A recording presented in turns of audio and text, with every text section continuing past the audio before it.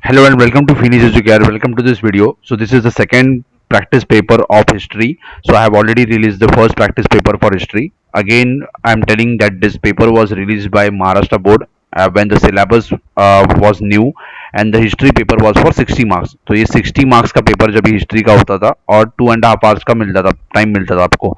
लेकिन अभी बोर्ड ने 2 साल पहले ये पैटर्न चेंज कर दिया. अभी हिस्ट्री 40 मार्क्स का होता है. लेकिन जैसे मैंने फर्स्ट पेपर जब भी अपलोड किया था तभी बताया था, हमें पेपर पैटर्न नहीं देखना है, हमें क्वेश्चंस देखना है कि जो क्वेश्चंस इन्होंने दिए थे वो क्वेश्चंस आज भी सेम सिलेबस है, तो क्वेश्चन सारे इंपॉर्टेंट है. तो आप इसमें से क्वेश्चन पेपर चेक कर लो और क्वेश्चन पेपर डाउनलोड कर लो और जो भी क्वेश्चंस दिए हैं, जो भी मल्टीपल चॉइस क्वेश्चंस है, जो भी टाइप के क्वेश्चंस है, वो सारे क्वेश्चन सॉल्व कर लो ताकि आप सारे क्वेश्चंस आपके क्लियर हो जाए और ये क्वेश्चंस बोर्ड में रिपीट हो सकते हैं. तो ये पेपर्स को डाउनलोड कर लो, इसका आंसर पेपर भी मैं दे दूंगा, आप डाउनलोड कर लो और सारे क्वेश्चन को सॉल्व करो. फर्स्ट ऑफ ऑल, जैसे कि आपको पता है कि question choose the correct alternative and rewrite the complete set write the complete statement, ये क्वेश्चन होता है. मतलब आपको चार ऑप्शंस दिए होते हैं, इसमें से एक ऑप्शन आपको चूज करना है. तो ये 4 मार्क्स का होता है. ठीक है. उसके बाद आएगा ये इनकरेक्ट पेयर आपको ढूंढना है. Correct and rewrite the correct pair. Question देखो, क्वेश्चन ध्यान से पढ़ना है. Find the incorrect pair in every set. मतलब सबसे पहले क्या करना है, आपको इनकरेक्ट पेयर ढूंढना है. उसके बाद इस साइड का जो क्वेश्चन आंसर होता है वो तब इनकरेक्ट होता है, तो उसको आपको चेंज करना है और करेक्ट पेयर लिखना है, करेक्ट आंसर भी लिखना है and right the correct one. तो सिर्फ इनकरेक्ट पेयर ढूंढोगे तो आपको हाफ मार्क ही मिलेगा. उसको अगर करेक्ट करके लिखोगे तो हाफ मार्क मिलेगा, तभी 1 मार्क आपको मिलेगा. तो इसमें से आप देख लो. उसके बाद कंप्लीट द टेबल. तो ये टेबल दिया हुआ है. तो ग्रैंड डफ ने कौन सा बुक लिखा, हिस्ट्री ऑफ इंडिया किसने लिखा, एल्फिस्टन माउंट स्टुअर्ट एल्फिस्टन ने कौन सा लिखा, ये सब आपको. श्रीपाद अमृत डांगे उन्होंने कौन सा बुक लिखा, हु वेर शुद्रास ये बुक किसने लिखा. ठीक है. तो ये बुक्स किसने लिखे, इसका आंसर देखो यहाँ दिया है. तो ऐसे आपको सॉरी, यहाँ दिया है देखो, जेम्स जेम्स मिल ने हिस्ट्री ऑफ ब्रिटिश इंडिया, जैसे कि यहाँ दिया है जेम्स मिल ने. अभी इसमें से आपको क्या समझ में आ रहा है कि जेम्स मिल नाम दिया है और यहाँ हिस्ट्री ऑफ इंडिया लिखा है, तो आपको पता होना चाहिए कि ये हिस्ट्री ऑफ इंडिया नाम का बुक है. ठीक है. ग्रैंड डफ एक ब्रिटिश ऑफिसर था, उसने कौन सा बुक लिखा था, हिस्ट्री ऑफ मराठास. तो ये आपको पता होना चाहिए. सेकंड चैप्टर में सब दिया हुआ है. तो आपने अगर टेक्स्ट बुक ठीक से पढ़ा होगा या फिर मेरे वीडियोस देखे होंगे तो आप आसानी से इसे आंसर कर सकते हो, और ये टेक्स्ट बुक में भी है. अगेन यहाँ देखो, ये न्यूज़पेपर के और सॉरी ये टेलीविजन के बारे में है, तो इसका आंसर सीधा यहाँ इन्होंने बोर्ड में दिया हुआ है. तो ये बोर्ड वालों ने दिया है, ये मैं अपलोड भी कर दूंगा पेपर, आप डाउनलोड कर सकते हो. ठीक है. क्वेश्चन पैटर्न देखो कैसे टाइप के क्वेश्चन पूछते हैं. तो टाइप ऑफ टूरिज्म, टूरिज्म के अलग अलग टाइप्स है. सिंपल क्वेश्चन है एकदम.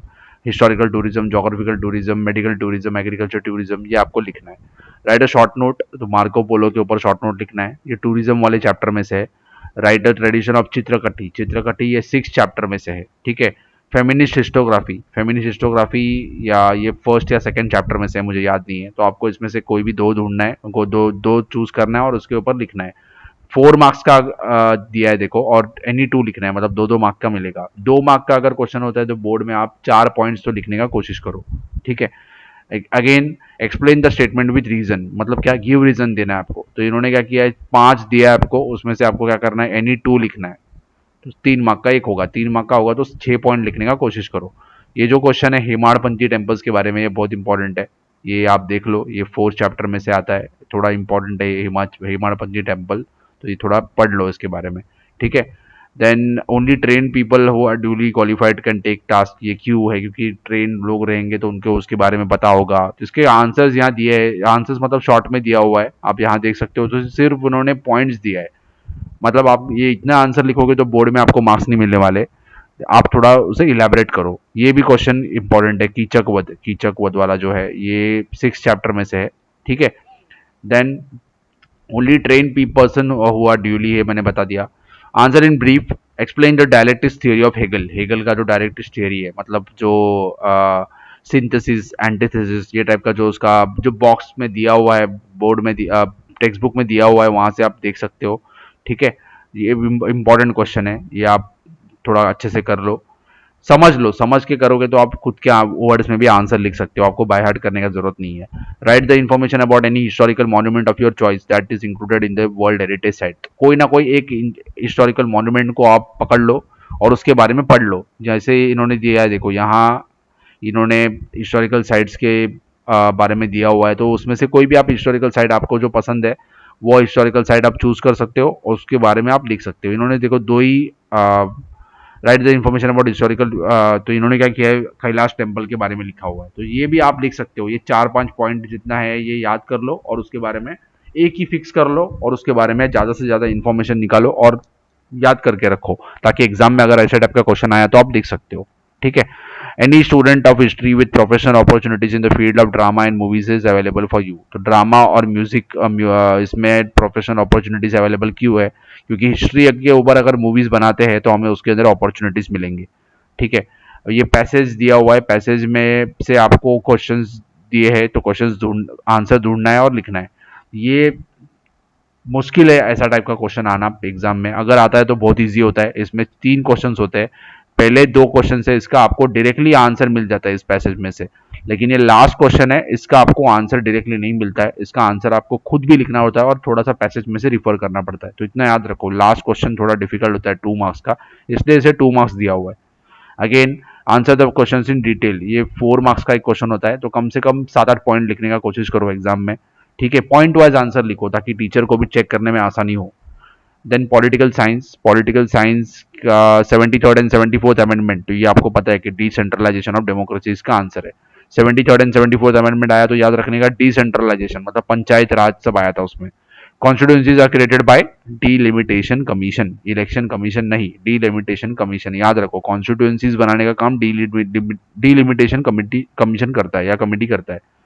The party based on communal ideology, अभी कम्युनिस्ट पार्टी सीधा डायरेक्ट आंसर दिया है, देखो कम्युनिस्ट आइडियोलॉजी पे कम्युनिस्ट पार्टी ऑफ इंडिया काम करता है। Increase participation of dash in political process serious problem for democratic system, अभी वुमेन सीरियस प्रॉब्लम है क्या? नहीं। यंगस्टर सीरियस प्रॉब्लम है क्या? नहीं। पीपल सीरियस प्रॉब्लम है क्या? नहीं। सीरियस प्रॉब्लम क्या है? क्रिमिनल्स। इसमें से आप पढ़ा भी नहीं होगा तो भी कॉमन सेंस लगा के आप उसका आंसर लिख सकते हो, 1 मार्क आपको मिल जाएगा। Answer the following statement, check whether true और false and with reason, reason भी लिखना है, ट्रू रहेगा तो भी रीजन लिखना है, फॉल्स रहेगा तो भी रीजन लिखना है आपको, इसलिए इसको 4 मार्क्स दिया है। ठीक है, रीजन लिखोगे नहीं तो आपको मार्क्स नहीं मिलेगा, सिर्फ 1 ही मार्क मिलेगा या आधा मार्क मिलेगा। ये लास्ट चैप्टर जो है मूवमेंट्स, उसके अंदर ये है Waterman of India Rajendra Prasad Rana, इन्होंने राजस्थान में अच्छा काम किया है वाटर कंजर्वेशन के ऊपर, उसके बारे में आप मेरे वीडियोस भी डाला हुआ है, उसमें आप देख सकते हो। Explain the concept movement, movement मतलब क्या होता है? आंदोलन। ठीक है।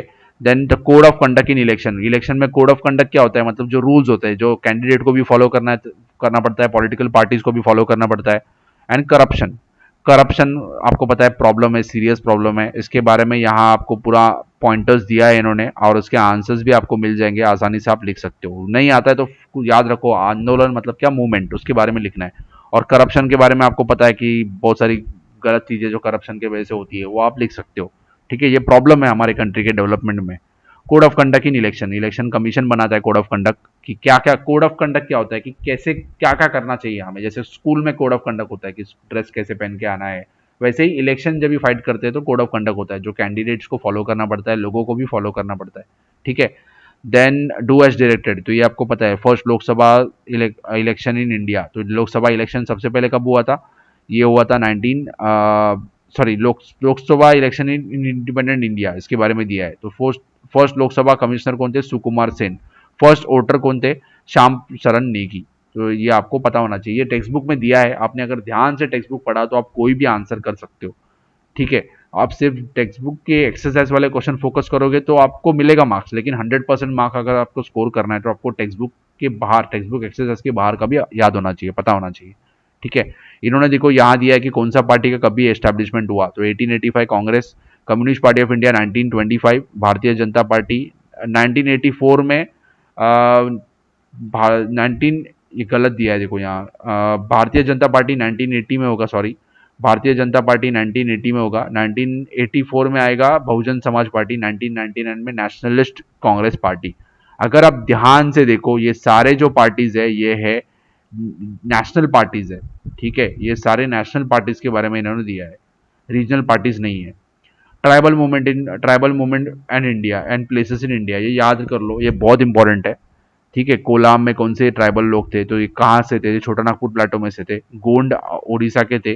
कोली, भिल और रामोशी महाराष्ट्र के थे। संथाल, मुंडा ये बिहार के थे, बिहार के जो ट्राइबल्स थे, इन्होंने जो ब्रिटिशर्स के अगेंस्ट फाइट किया था उसके बारे में सब दिया हुआ है। Then state answer the following question, state your opinion on Indian citizens should have right to employment. Right to employment होना चाहिए क्या सिटीजन्स को? ठीक है, ये नरेगा में है, मनरेगा करके स्कीम है गवर्नमेंट का, उसमें राइट टू एम्प्लॉयमेंट होता है, लेकिन गवर्नमेंट सारे लोगों को काम नहीं दे सकता है, it is not possible. So in the process of democratization, many reforms were introduced in citizen and will look upon the stakeholders. Reforms in citizen right, ये सब irrelevant सब ज्यादा करके दिया हुआ है, लेकिन क्वेश्चन क्या पूछ रहा है देखो, ये बोर्ड का मैं आपको बोल रहा हूँ कि ये रिफर कर सकते हो सिर्फ आप, इसमें से आंसर इतना ही लिखोगे तो आपको मार्क्स नहीं मिलने वाले। बोर्ड वालों ने कंजूसी किया था, थोड़ा आलसपन किया था, उन्होंने पूरे आंसर दिए नहीं थे, सिर्फ पॉइंट्स दिए थे। तो आपको ये आंसर ढूंढना है और उसका आंसर लिखना है, ये सिर्फ आप ये पॉइंट्स लिखोगे तो आपको पूरे मार्क्स नहीं मिलने वाले। How will you create awareness about voting in your locality, या आपको देखो ये क्वेश्चन आपको जनरल नॉलेज के बेसिस पे आपको लिखना है। तो अगर आपको आता है तो लिखो, नहीं आता है तो दूसरे जो क्वेश्चंस देखो, ढूंढो जो टेक्स्ट बुक में थे, टेक्स्ट बुक एक्सरसाइज में थे, उसको जल्दी लिखने का कोशिश करो।